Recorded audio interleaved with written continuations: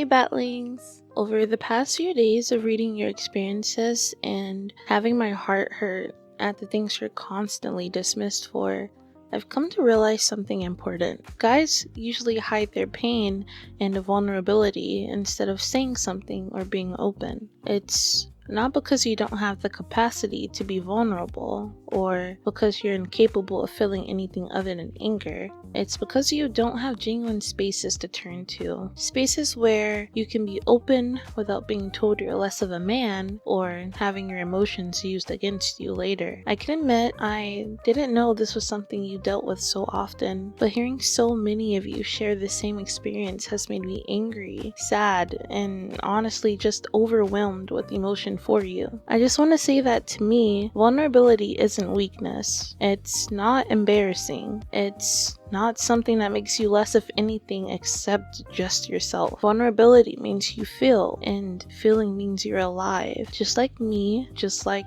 everyone else. You deserve people who don't punish you for breaking down when shit gets rough, or for being something other than this weird, perfect image that they created in their minds. You deserve a space, or even just a person, where you can breathe, relax, and not be on guard all the time. You're allowed to let yourself be that without apologizing for it. Realizing that guys are taught to stay quiet, to suck it up, to man up, to keep calm, and that not suppressing your emotions can come with risk, I don't blame you at all. You didn't choose to be closed off. You adapted to protect yourself, your heart, and your soul. It's heartbreaking that you hide emotions because the world told you that majority of your emotions wasn't welcomed or accepted, whether positive or negative. At some point, your vulnerability stopped being basic emotional expression and started feeling like a risk, something you could literally lose respect from others over.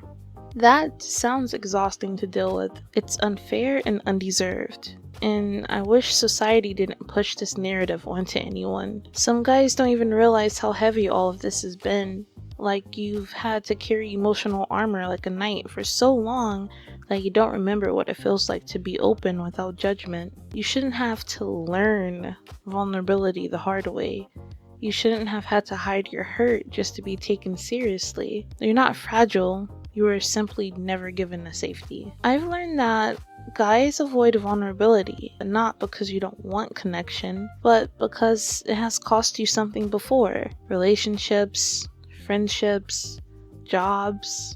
You're trusting others not to weaponize your feelings. You still feel things deeply, but because of the past and because the world fails to protect your feelings the way you protect everyone else's, it just doesn't seem worth the risk. You weren't given the freedom to feel. You were told to swallow everything, to handle it alone, because vulnerability was shameful, unattractive, or would somehow make you less desirable as a partner. And of course, vulnerability feels dangerous, like opening a trap, even with people you trust, love, and care about.